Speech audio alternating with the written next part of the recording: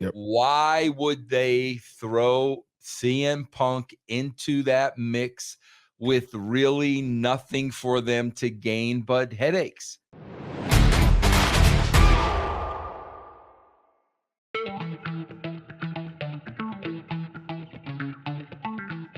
All right, let's talk about CM Punk. So basically, CM Punk has been let go of AEW. There was a agreement. There was a lot of talk about what's going on with CM Punk. CM Punk, he's a bit of a controversy magnet. I'm being generous by saying a bit. He's been known for being a controversy magnet for a long time, not only in AEW but WWE as well.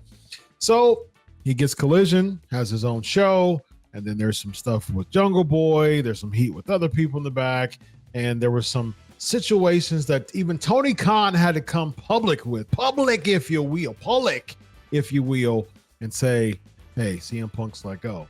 Now, before we even talk about a possible CM Punk return, Vince, there's a couple of things that I want to present to you based on the data that we have, okay? One, nearly 10 years ago, Royal Rumble of 2014, actually, which technically would be an interesting story arc that he walked out 10 years later and came back in the Royal Rumble. But with knowing Vince McMahon, you rub shoulder to shoulder with Vince McMahon. All right, worked with him for years. You know how vindictive he can be and say, don't you ever do something like that. You better apologize, right? So with CM Punk walking out nearly 10 years ago, one, and two, the heat that he's bringing from AEW based on not being the most pleasant and cooperative to work with backstage. What makes him an asset to not only WWE, but TKO and Endeavor?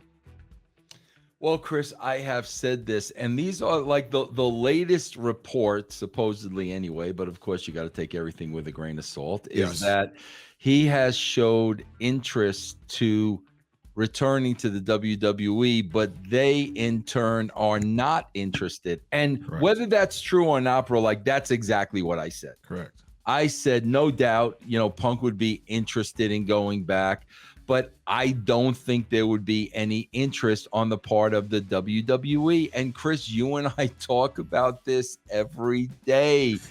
They're making money hand over fist from a business point of view. They really don't care about the creative. They're running on cruise control. They've been doing this for a while.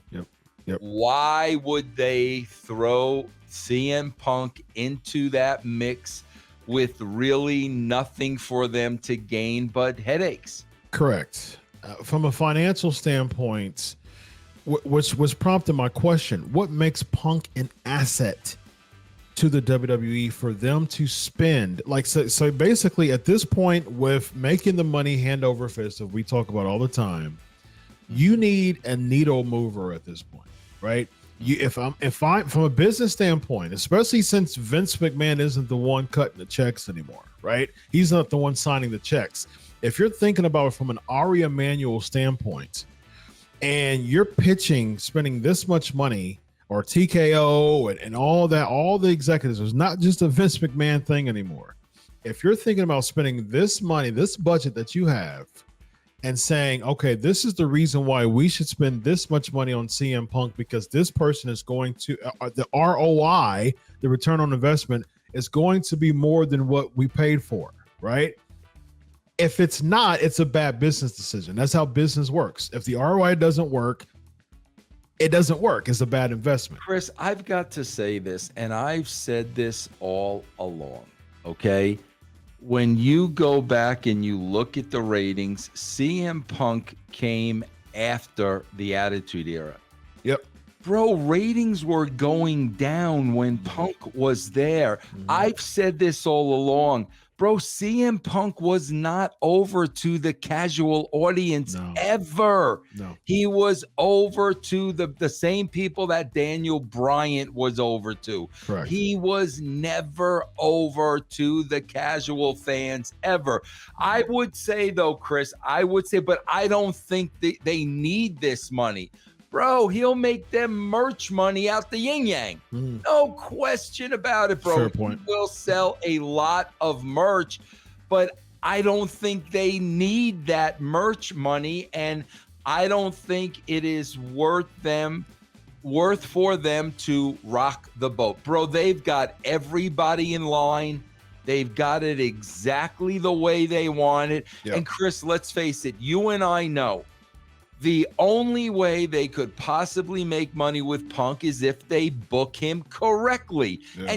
And Chris, you and I know, what are the chances of that actually happening? Slim the Nun and Slim drowned in a Right. Come on, bro. We've been following this company for decades. Yeah. You know they're not going to book him correctly. Yeah, and it's and even with the merch money, Vince, it's like, I mean, are they going to make bountifully more, abundantly more than what they put in them? As far as the money wise, that I don't think so. I mean, even for a moment, sure, but if you put $5 million in them, how much of that are you going to make in just simply Punk merch? You're not going to double that, or at least, maybe break even, from a yearly basis. Yeah. So stuff like that you have to think about. But again, the stigma that comes with CM Punk, is it worth the new partnership? Is it worth taking the risk of the new partnership?